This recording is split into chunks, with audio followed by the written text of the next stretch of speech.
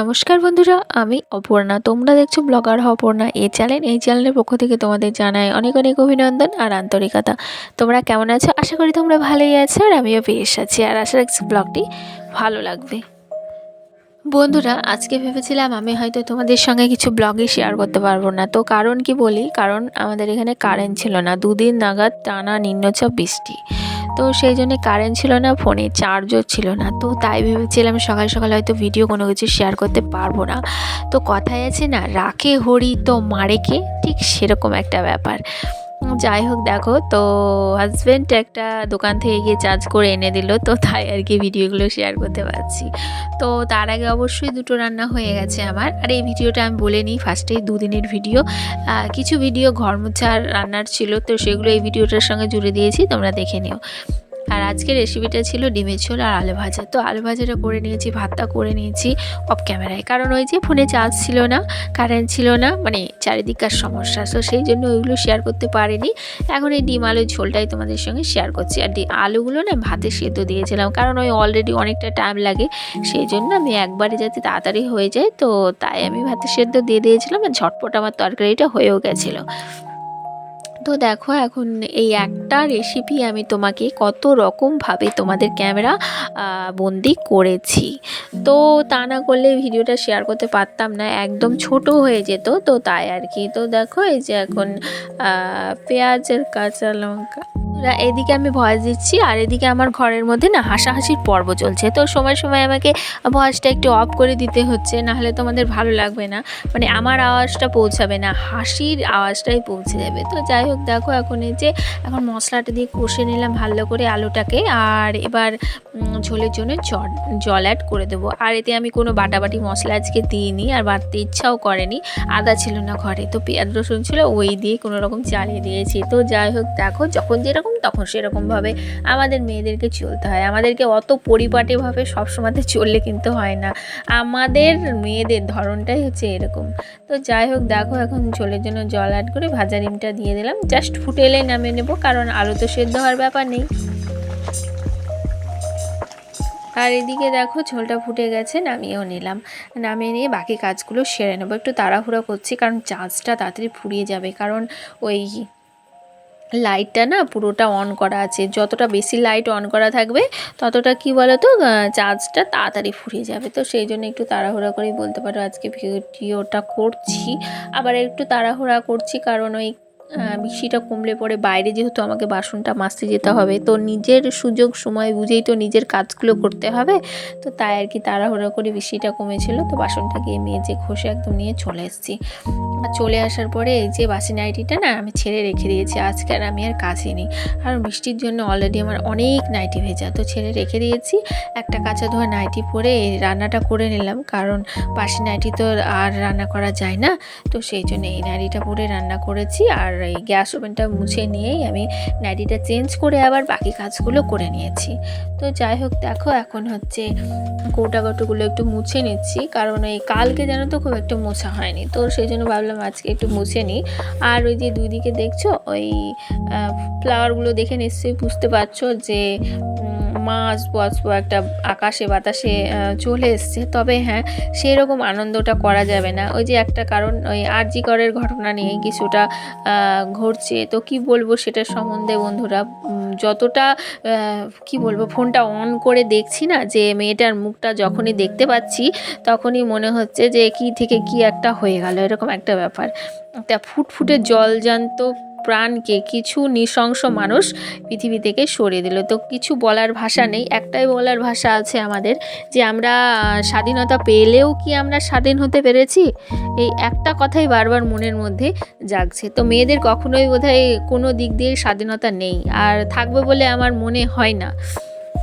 তো যাই হোক, দেখো এখন হচ্ছে নিজের ভিডিওতে চলে আসি, তো আমরা যেহেতু ব্লগারের মাধ্যমেই তোমাদের সব কিছু জানাতে হবে, কারণ সেটা অন্য টপিকে চলে যাবে, তাই না? তো যাই হোক, দেখো এখন হচ্ছে ঘরটা মুছে নিচ্ছি, আর এই ভিডিওটা কিন্তু কালকের, তো এটা অনেকটা লং হয়ে গেছিলো, তো তাই আর কি। তো এটা আগের দিন এই যে ঘরটা মুছেছিলাম, তো সেই ভিডিওগুলো তো দিতে পারিনি কারণ ভিডিওটা অনেকটা লং হয়ে গেছিলো, তো তাই আর কি। তো দেখো এখন ঘরগুলো মুছে নিচ্ছি। যাই হোক, আজকে যখন দেখাচ্ছি সেটা এখন আজকেই, তাই না? বর্তমানকে নিয়ে আমাদের ভাবা উচিত, অতীত বিগত কথা ভুলে যাওয়াই উচিত, সে যতক্ষণের জন্যই হোক না কেন। তো যাই হোক, দেখো এখন এই যে রান্নাঘরটা মুছে নিচ্ছি, কারণ এই রান্নাঘরটা কি বলো তো, যতই মুছি না কেন পরিষ্কার পরিপাটি কোনো সময়তেই থাকে না। ওই একটি মাত্রই কারণ আমার ছেলে ছোট, বুঝতেই পারছো, কোথা থেকে মাটি, কোথা থেকে ধুলো, কোথা থেকে কাঠ নিয়ে এসে জড়ো করে একদম একাত্কার অবস্থা। সময় সময় এমন রাগ হয়ে যায় যে ফেলে দিই, সময় সময় আবার নিজের মনকে নিজেই সান্ত্বনা দিই যে ছোট বলেই তো এগুলো করছে, বড় আমাদের মতন হলে তো আর এগুলো করতো না। তো যাই হোক, দেখো এখন ঘরগুলো মুছে নিচ্ছি। আর ঘরটা মুছে নেওয়ার পরে একদম ফাইনাল লুকটা শেয়ার করে দিয়েছি, দেখে নাও ঘরের ফাইনাল লুক। আর এই যে এই দিন থেকে তো বিছানা চাদর টাদর কেচে নিয়েছিলাম, আর এমন সাইতে কেচেছিলাম যে শুকোয়নি, 3-4 দিন ধরে শুকোতে হচ্ছে। আর তারপরে দেখো এখন ঘরের ফাইনাল লুক শেয়ার করছি। আর এই যে দেখো বৃষ্টির এই যে শুরু হয়েছে, টানা কন্টিনিউ একদম হয়েই যাচ্ছে পুরো নিম্নচাপ।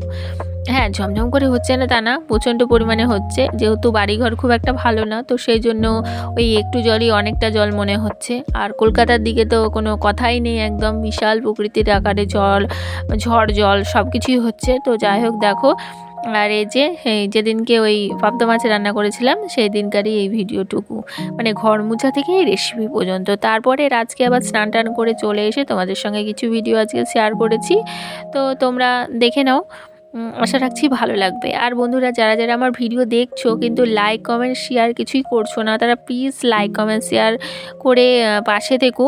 আর আমরা যদি এখন এই প্ল্যাটফর্মে দাঁড়িয়ে একে অপরকে সাহায্য না করতে পারি না, তাহলে আমরা কেউ এগোতে পারবো না। তো চলো বন্ধুরা, আমরা হিংসা আবেগ সব কিছু ভুলে গিয়ে একে অপরকে সাহায্য করি এবং সাহায্যের হাতটা একটু বাড়িয়ে দিই। তো যাই হোক, স্নানের আগে কিন্তু এই বিছানাটা আমি তুলিনি, কারণ আমার মেয়ে তুলেছিল, তো তাই। তো এসে দেখছি খুব একটা ভালো হয়নি, টানটুন হয়নি। আর ওদিকে জল পড়ছে বলে একটুখানি গুটিয়ে রাখতে হয়েছে, মানে এমন বৃষ্টি হচ্ছে যে ঘরের ওপর দিয়ে জল পড়ে না তোষকটা পুরো ভিজে গেছে। তো তাই ওই অপোজিট সাইডটা একটু গুটানো আছে। আর তারপরে এই যে বিছানাটা এখন তুলে নিচ্ছি। তো যাই হোক দেখো, এখন এই যে বিছানাটা সুন্দরভাবে তুলে নিচ্ছে, কারণ এতটা পরিপাটিভাবে আমার মেয়ে তো রাখতে পারে না, তবু যাই হোক যতটা পেরেছে করেছে, তো ওটাই আমার কাছে অনেক। তো যাই হোক, এখন দেখো পালিশগুলো জায়গা মতো রেখে দিলাম, রেখে দিয়ে যে এইটা না দিলে তো দেখতে ভালো লাগবে না এই কুশানটা, তো এটা এখন আমার কাছে কুশান। আমি যেহেতু কুশান হিসাবে ব্যবহার করি, যে যাকে যেরকম হিসাবে ব্যবহার করবে, ভালো দিক হিসাবে ব্যবহার করলে ভালো, খারাপ দিক হিসাবে ব্যবহার করলে সেটা খারাপ। তো যাই হোক দেখো, এখন বেডের একটু ফাইনাল লুকটা শেয়ার করে দিলাম। তারপরে যে এখন নিজের একটু ব্যবস্থা করতে হবে, তার আগে আলনাটার অবস্থা একদম দারুণ ছিল, তো দেখো এখন আরও দারুণ করতে চলে এসেছি, দারুণ করতে বলতে নাইস।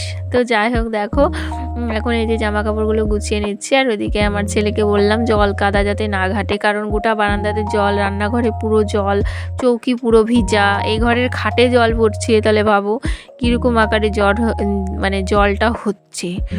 তারপরে দেখো এখন একটু চুলটা আঁচড়ে নিচ্ছি, কারণ কালকে খুব একটা ভালো চুল আঁচড়ানো হয়নি, তো আজকে একদম ভালো করে চুলটা আঁচড়ে নিচ্ছি। চুল আঁচড়াতে একদম ইচ্ছে করে না, মানে খুব আলস্যি লাগে।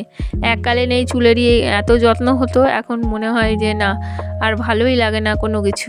সব কিছু সময়, জানো তো, সময় মানুষকে চেঞ্জ করে দেয়, সময় মানুষকে পরিবর্তন করে দেয়। তোমরা একটু সময় দাও, দেখবে তোমাদেরও অনেক পরিবর্তন আসবে। তো যাই হোক, আজকের মতো টাটা, বাই বাই।